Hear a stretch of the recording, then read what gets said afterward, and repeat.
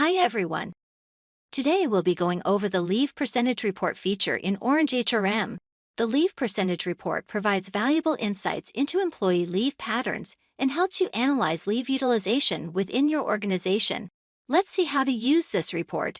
Starting from the dashboard, navigate to the Reports and Analytics, and then search for the Leave Percentage Report.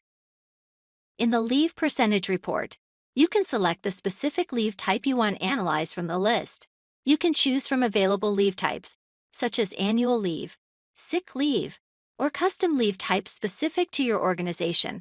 Define the date range for the report, specifying the start and end dates to analyze leave percentages within that period.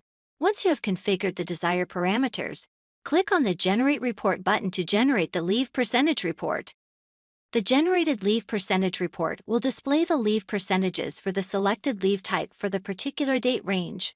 You can also download this report in PDF or CSV format, and this is how you can generate leave percentage report using Orange HRM.